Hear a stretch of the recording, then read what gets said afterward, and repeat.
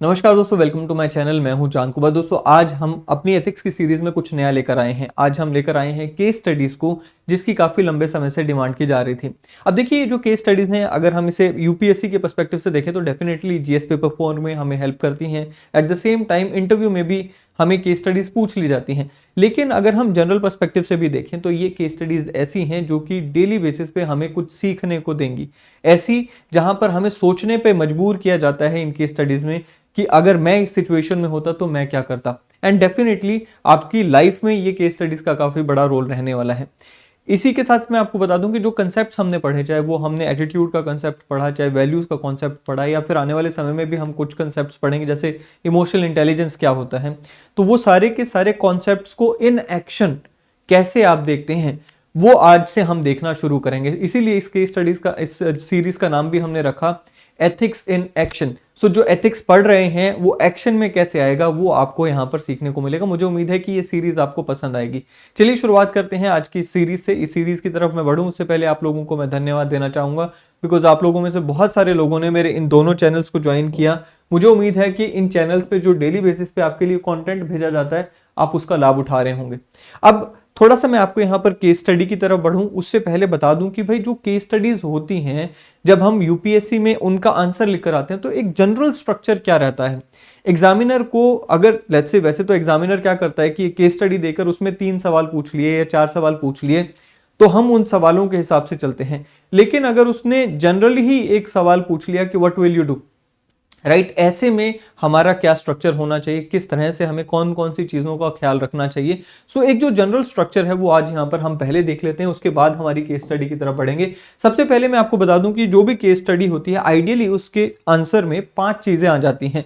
सबसे पहले तो हमें केस स्टडी की इंट्रोडक्शन देनी होती है, जहां पर हम ब्रीफली कैप्चर करते हैं कि उस केस में आखिर क्या कहा गया है और एग्जामिनर हमसे क्या उम्मीद कर रहा है। राइट, सो अभी आएगा एग्जांपल तो वहां पर मैं आपको बताऊंगा। सो पहला जो स्टेप है क्या कहता है जी, briefly capture the subject matter of the case study in 1 और 2 लाइंस। सो 1 या 2 लाइंस में हमें यहां पे लिखना होता है कि बेसिकली केस स्टडी में क्या कहा गया, हमसे क्या उम्मीद है, हमें क्या सॉल्व करना है। दूसरा क्या आ जाता है, स्टेक होल्डर्स कौन कौन है, यानी कि किन किन के हितों को वहां पे नुकसान या फिर फायदा पहुंच रहा है। तो हित धारक कौन है इस पूरी केस स्टडी में, वो आज आपको पता चलेगा। फिर तीसरा क्या आता है जी, ethical dilemma. Now ethical dilemma क्या है, बेसिकली डिलेमा का मतलब होता है कंफ्लिक्ट बिटवीन टू वैल्यूज। अब जैसे मान लीजिए आपको चुनना है बिटवीन ऑनेस्टी या फिर बिटवीन करेज, बिटवीन ऑनेस्टी बिटवीन काइंडनेस, तो यहां पर या तो आप ऑनेस्ट हो सकते हैं या फिर काइंड हो सकते हैं। जहां पर भी इस तरह के कॉन्फ्लिक्ट हमें देखने को मिलते हैं उसे हम एथिकल डिलेमास कहते हैं। सो कोई भी केस स्टडी होती है उसमें एथिकल डिलेमास हमें देखने को मिलते हैं, बिकॉज केस स्टडी का मतलब ही यही है that you have to make a choice between two और मोर चॉइसेस। राइट, सो यहां पर अगर ये ना होता, एथिकल डिलेमा ना होता, तो शायद केस स्टडी भी ना बनती। राइट, सो ये हो गया थर्ड। फोर्थ जो सबसे ज्यादा इंपॉर्टेंट हो जाता है, दैट इज अब कोई भी गिवन सिचुएशन होती है उसमें ऐसा नहीं है कि स्ट्रेट एक ही हमारे पास जो है आंसर होता है या एक ही हमारे पास ऑप्शन अवेलेबल होता है। अगर एक ही ऑप्शन अवेलेबल है then there is no case study at all, because case study का मतलब है कि वहां पर मल्टीपल ऑप्शंस अवेलेबल है, मल्टीपल ऑप्शंस में से एक डिसीजन हमें लेना है। लेकिन हमें यह भी पता होना चाहिए, क्योंकि एग्जामिनर हमसे जानना चाहता है कि भाई मल्टीपल ऑप्शंस कौन से अवेलेबल हैं, उन ऑप्शंस के प्रोज क्या हैं, कॉन्स क्या हैं, ये एग्जामिनर जानना चाहता है हमसे। इसका बड़ा सिंपल सा पर्पस है कि क्या हम एक पर्टिकुलर गिवन सिचुएशन में ऑप्शंस को एनालाइज कर पाते हैं, क्या हम समझ पाते हैं, या हमारी सोच का दायरा क्या इतना बड़ा है कि हम ये जान सकें कि एक गिवन सिचुएशन में कितने ऑप्शंस हैं और फिर उन्हें एनालाइज कर पाते हैं या नहीं। एंड में हम जो बेस्ट ऑप्शन होता है उसके क्या प्रोज हैं, क्या कॉन्स हैं, वो लिखकर और उसे हम चूज करते हैं एंड कंक्लूड करते हैं बताते हुए कि क्यों हमने उस ऑप्शन को चुना। सो ये 5 चीजों का ख्याल रखना होता है, जनरली ये 5 चीजों का ख्याल रखना होता है एक गिवन केस स्टडी में। अब कई बार ऐसा हो सकता है कि मान लीजिए आपसे स्टेक होल्डर्स ना पूछे जाएं तो आप इस स्टेप को इस स्टेप को आप स्किप कर सकते हैं।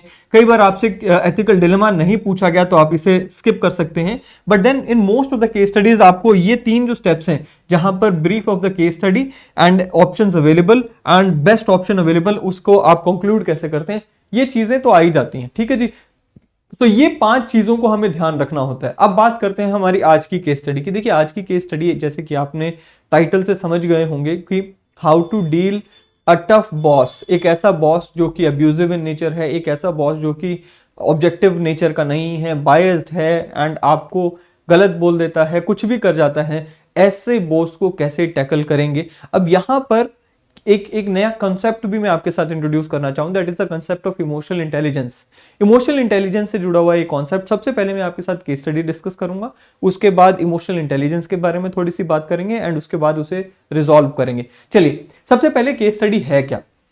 कहता जी पवन एक ऑफिसर है इन द स्टेट गवर्नमेंट, एक ऑफिसर है पवन, राइट, स्टेट गवर्नमेंट ऑफिसर है, जो कि लास्ट 10 ईयर से पवन जो है वो सरकारी ऑफिसर के रूप में काम कर रहा है।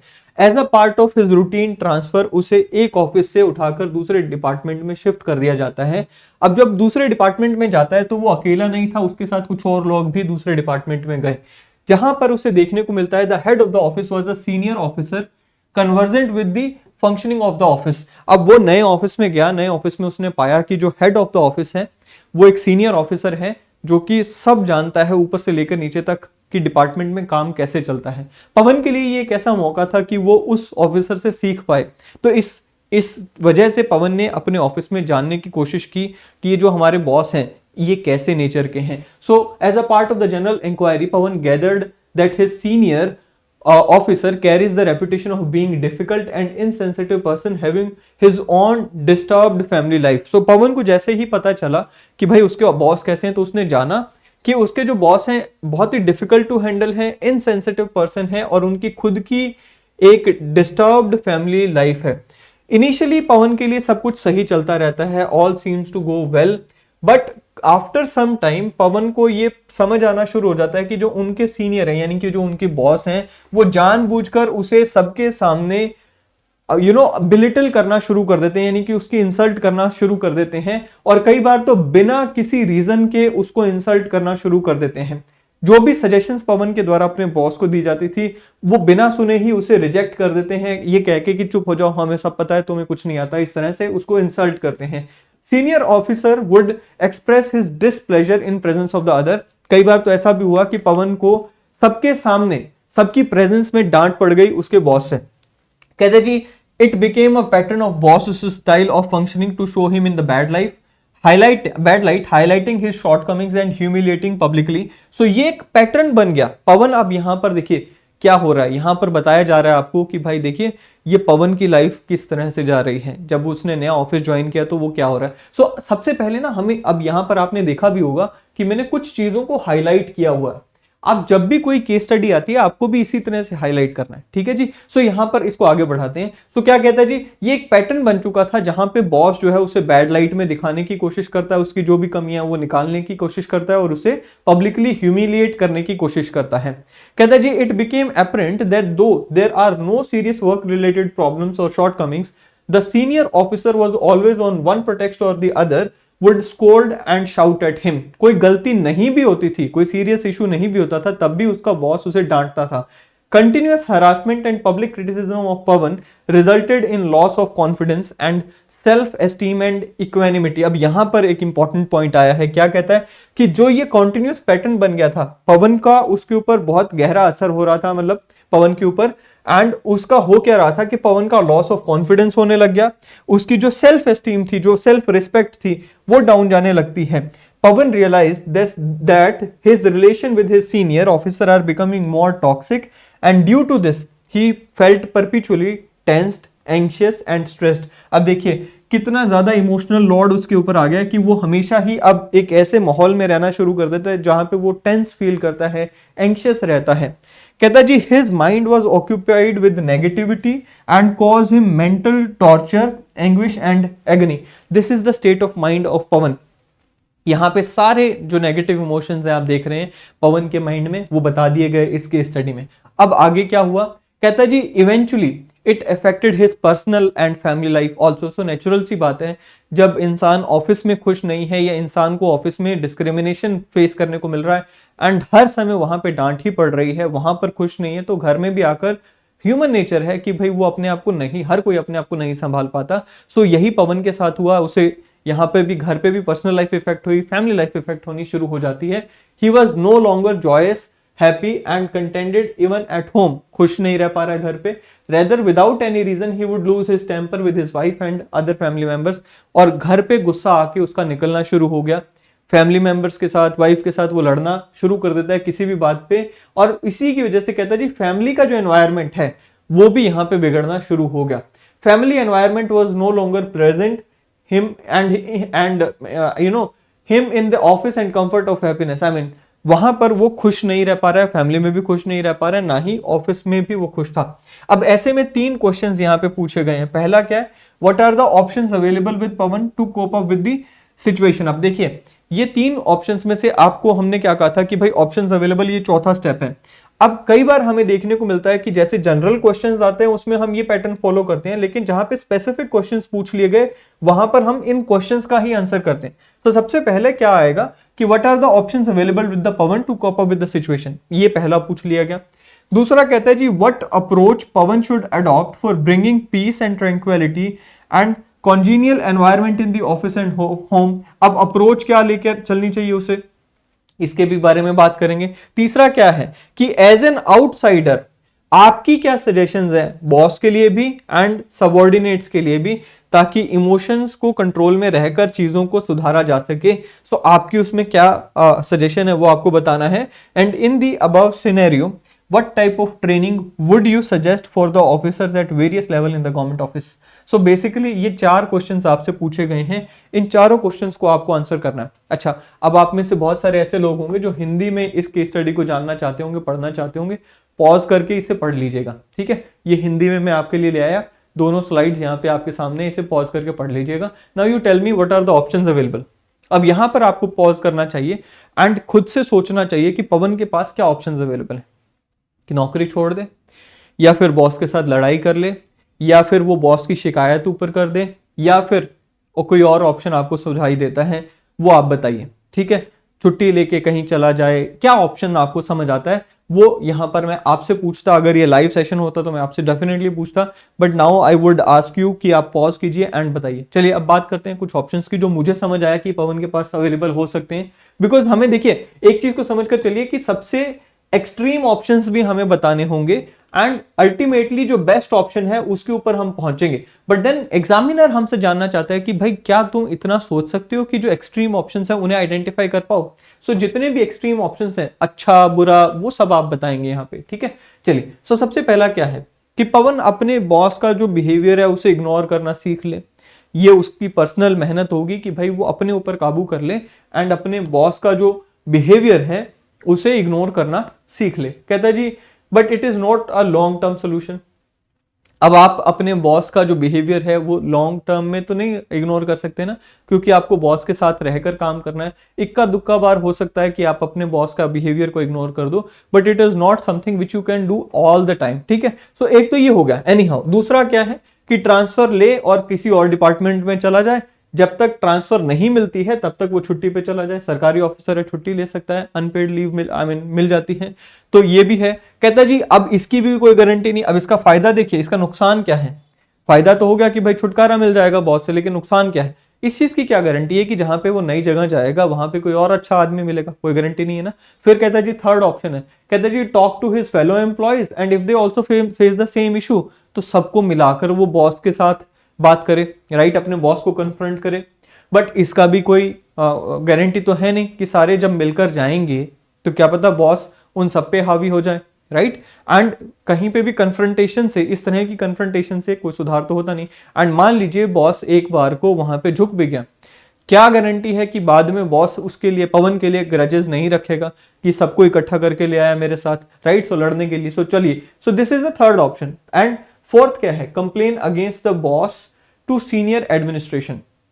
भाई देखिए ये लास्ट ऑप्शन हो सकता है, but this should not be the first option. Last option जहां पे कुछ और नहीं समझ आ रहा वहां पर आप ये कर सकते हैं, बट देन वहां पर भी ये सजेस्टेड नहीं होता, राइट, क्योंकि जब आप इनसबऑर्डिनेशन करते हैं तो again it is against the discipline of the organisation. But definitely you can always justify this thing कि भाई जब बॉस ने सारी हदें पार कर ही दी, हमारे पास क्या ऑप्शन था, ठीक है। But then this should be the last option. फिर क्या आता है, handle the situation with maturity and politely talk with the boss to resolve the matter। अब ये पहला ऑप्शन हो सकता है कि भाई प्यार से बॉस से बात करें कि सर प्रॉब्लम कहाँ आ रही है, मैं आपकी इतनी रिस्पेक्ट करता हूं, मैं इतना खुश हुआ जब मैं आपके पास आया कि मुझे आपके अंडर रहने का मौका मिलेगा, आपसे सीखने का मौका मिलेगा। मैं जब यहाँ पे आके लोगों से बात की तो मुझे समझ आया कि यार this is the opportunity, once in a lifetime opportunity, जहां पे मैं आप जैसे व्यक्ति, सीनियर आदमी से सीख सकता हूं। And I was looking forward to it. But कोई मुझसे गलती हुई है तो मुझे बताइए, मैं उसको सुधारने की कोशिश करूंगा, but let's restart the things. तो इस तरह के पोलाइटली बात कर सकता है एंड चीजों को सुधारा जा सकता है। Trust me, this is the best option if you talk to, if you ask me personally. ठीक है, चलिए अब कहते हैं जी, what approach Pavan should adopt for bringing peace, tranquility and congenial environment in the office. अब यहां पर देखिए अप्रोच की जब बात आ रही है, basically we are talking about emotional intelligence. देखिए यहां पर हमें ऑप्शंस की बात की तो हमने ऑप्शंस को एनालाइज कर लिया, ऑप्शंस के पीछे की जो हमारी माइंडसेट होनी चाहिए, साइकोलॉजी होनी चाहिए, अब हम उसकी बात कर रहे हैं। Now we are not talking about options, right? Options तो हमने देख लिए। Now we are talking about कि what should be the approach while heading towards this problem। जब हम इस प्रॉब्लम को सॉल्व करना चाह रहे हैं तो माइंड में किन चीजों की कंसिडरेशन रखें? क्या माइंड में ये होना चाहिए कि बॉस को तो मैं दिखा दूंगा उसने क्या गलती की है, या फिर माइंड में ये होना चाहिए कि let's take a break, let's take a pause and understand the situation and then move forward, right? तो यहां पर हम उस चीज की बात कर रहे हैं, अप्रोच क्या होगी, नजरिया क्या होगा जब हम इस प्रॉब्लम को सॉल्व करना चाहते हैं, राइट? सो कहता जी ऐसी सिचुएशन में कंसेप्ट जो इमोशनल इंटेलिजेंस का कंसेप्ट है वो हमारे कारगर आएगा, हमारे हैंडी आएगा। अब इमोशनल इंटेलिजेंस होती क्या है? अब देखिए इमोशनल इंटेलिजेंस का जो कंसेप्ट है, इसे वैसे हम कवर करते हैं ना क्लास में तो बहुत लंबा टाइम जाता है, उसमें कम से कम 4 से 5 क्लासेस हम ले लेते हैं। बट देन अगेन थोड़ा सा मैं आपको बता देता हूं कि इमोशनल इंटेलिजेंस में बेसिकली 4 चीजें आ जाती हैं। पहली चीज आती है that you understand and you recognise and understand your emotions and you try to manage them, right, handle them. दूसरा आता है दैट यू अंडरस्टैंड सामने वाले का emotions and you try to manage them, right? So इस तरह से 4 चीजें आती हैं बेसिकली। सबसे पहले आप यहां पर खुद के जानिए कि मेरे खुद के ट्रिगर्स क्या हैं। मुझे कोई सामने वाला गाली देता है तो मुझे गुस्सा आ जाता है, मुझे सामने वाला कोई टॉर्चर करता है मुझे गुस्सा आता है, या फिर मुझे बुरा लगता है।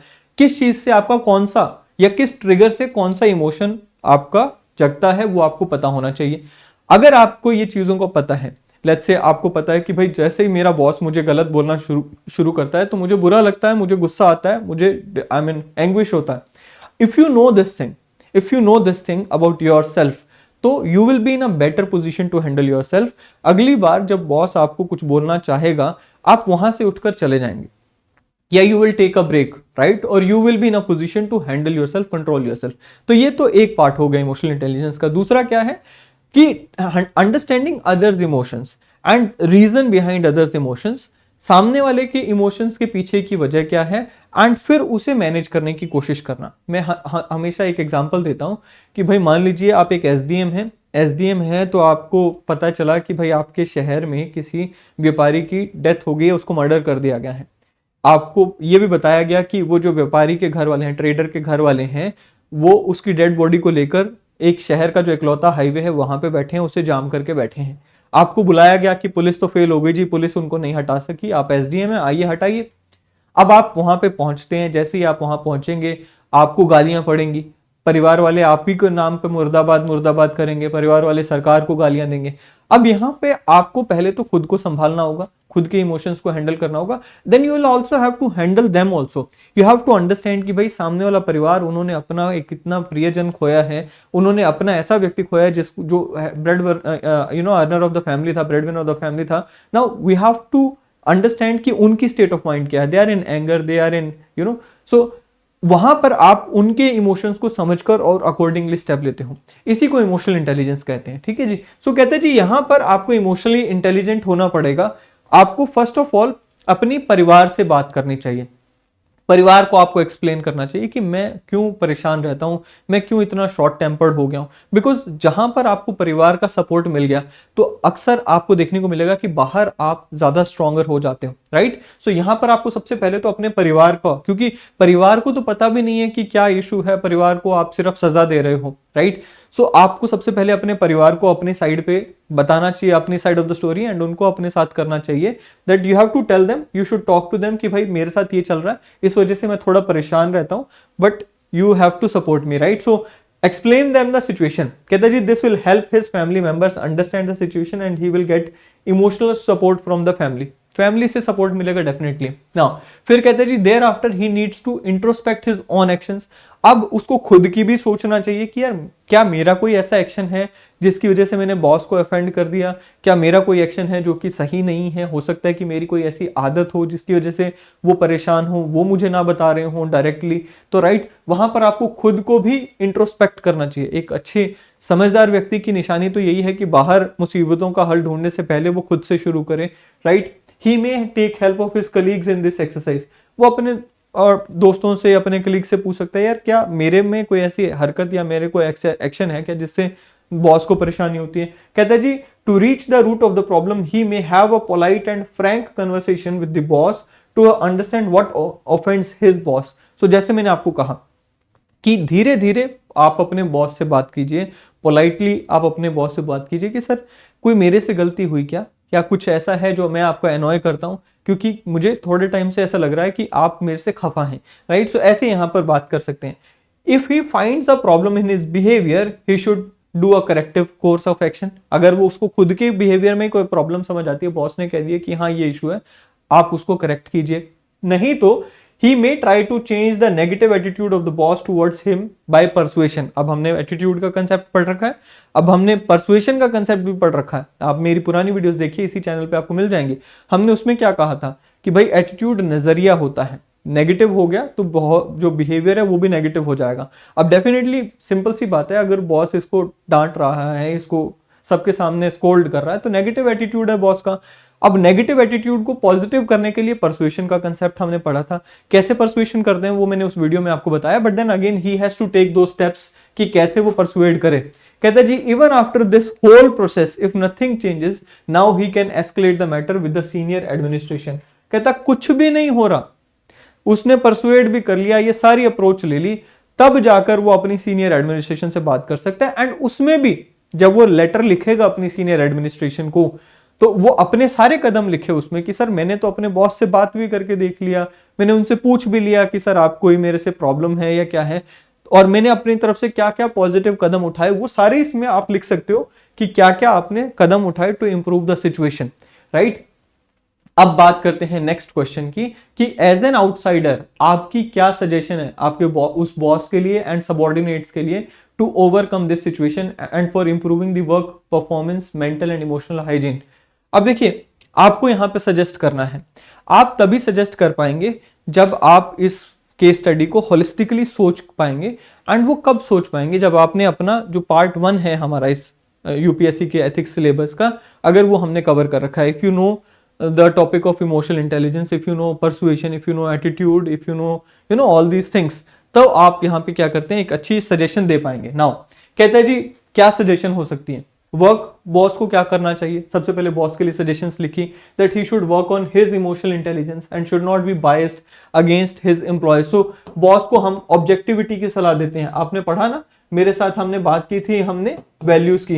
नाउ वैल्यूज में एक वैल्यू है ऑब्जेक्टिविटी की, टाइम आएगा तो हम इन वैल्यूज को एक एक करके डिस्कस करेंगे, ठीक है। नाउ कहते हैं जी सबसे पहले तो बॉस को ऑब्जेक्टिव रहने की आप सलाह दें। बॉस को आप सलाह दें कि पोलाइट रहे, पेशेंट होना चाहिए उसको अपने जूनियर्स के साथ, राइट, क्योंकि वो सीनियर है। डेफिनेट सी बात है कि भाई बॉस सीनियर है, वो जूनियर है, तो जूनियर गलती करता है, सीनियर को पोलाइट रहना पड़ेगा, पेशेंट रहना पड़ेगा। He should listen to his employees. अब लिसनिंग जो है ना, ये सबसे बड़ी स्किल होती है, हर एक के पास नहीं होती है। you have to be a good listener if you want to be a successful leader, right? So you have to have that listening skill, and उसके लिए भी आपने यहाँ पर अपने इस बॉस को सलाह देनी है और बताना है कि आपकी लैंग्वेज जो है वो डिसेंट होनी चाहिए, पोलाइट होनी चाहिए। And you should encourage participation of the stakeholders in the work. तो आपको पार्टिसिपेटिव माहौल बनाना है ताकि जो जूनियर्स हैं वो आकर आपसे खुद से अच्छी सलाह दे पाएं, अच्छे खुल के विचार रख पाएं। सो पार्टिसिपेटिव माहौल आपको बनाना चाहिए। सो ये जो है ये सजेशंस हम बॉस को दे सकते हैं, क्योंकि बॉस के नेचर में भी हमें दिख रहा है बहुत सारी चीजें सुधार की हैं। फिर एम्प्लॉयज के लिए क्या है कि अगेन उनको भी इमोशनल इंटेलिजेंट होना पड़ेगा, क्योंकि उनका जो इमोशन है, जो घर में गुस्सा निकल रहा है, वो यही दिखाता है कि भाई बाहर का गुस्सा अगर घर में निकल रहा है, you are not emotionally intelligent, you are not in control of your emotions. फिर कहता है जी his professional life should not impact his personal life. Definitely ये इमोशनल इंटेलिजेंस आ गया। एंड कहता है do not escape or give up in difficult situation, accept the situation as it is and deal with it tactically. So ये एक advice कि भाई मुश्किल आती है, मुश्किल हर जगह आ सकती है, you can't run away from it, the best solution to it is that you have to tactfully handle the situation. So ये सारी हो गए। अब कहते हैं जी in the above scenario what type of training would you suggest for the officers at various levels in the government. अब देखिए कौन सी ट्रेनिंग्स हम यहाँ पर सजेस्ट करेंगे, तो वो हमने इफ यू रिमेंबर हमने परसुएशन की कम्युनिकेशन स्किल्स वाली एक वीडियो बनाई थी, that how to convince others, right. तो एक वही यहाँ पर की कम्युनिकेशन स्किल्स को आप अच्छे से डेवलप करें, ताकि अगर आपको अपनी बात मनवानी भी है, let's say you are a subordinate, आपको अपने जूनियर हो, आप सीनियर से बात मनवानी है, या सीनियर हो तो जूनियर से बात मनवानी है, तो परसुएसिव कम्युनिकेशन स्किल्स आपको सीखनी चाहिए। दूसरा क्या है, इमोशनल इंटेलिजेंस को डेवलप करने के लिए आपका यहाँ पर जैसे हम देखते हैं ना बहुत सारी ऑर्गेनाइजेशंस हैं जिसमें आर्ट ऑफ लिविंग है, विपासना है, ये सब ऑर्गेनाइजेशंस हमें इसमें हेल्प कर सकती हैं। परसुएशन स्किल्स हो गया, प्रेशर हैंडलिंग हो गया एंड मेडिटेशन हो गया। तो ये सारी जो चीजें हैं, ये सारी जो एक्सरसाइजेज हैं, ये अगर हम सजेस्ट करें various levels of government officials के लिए, तो आई एम क्वाइट श्योर कि ये आपको उसमें मदद कर सकती हैं। सो ये है जी हमारा बेसिकली ये केस स्टडी जो हमने यहाँ पर आज किया। आई होप कि भाई ये केस स्टडी आपको मदद करेगी। आने वाले दिनों में आपको बहुत सारी ऐसी केस स्टडीज देखने को मिलेंगी। सो आज के सेशन में इतना ही, अगली बार फिर मिलेंगे। Till then thank you and have a great day ahead.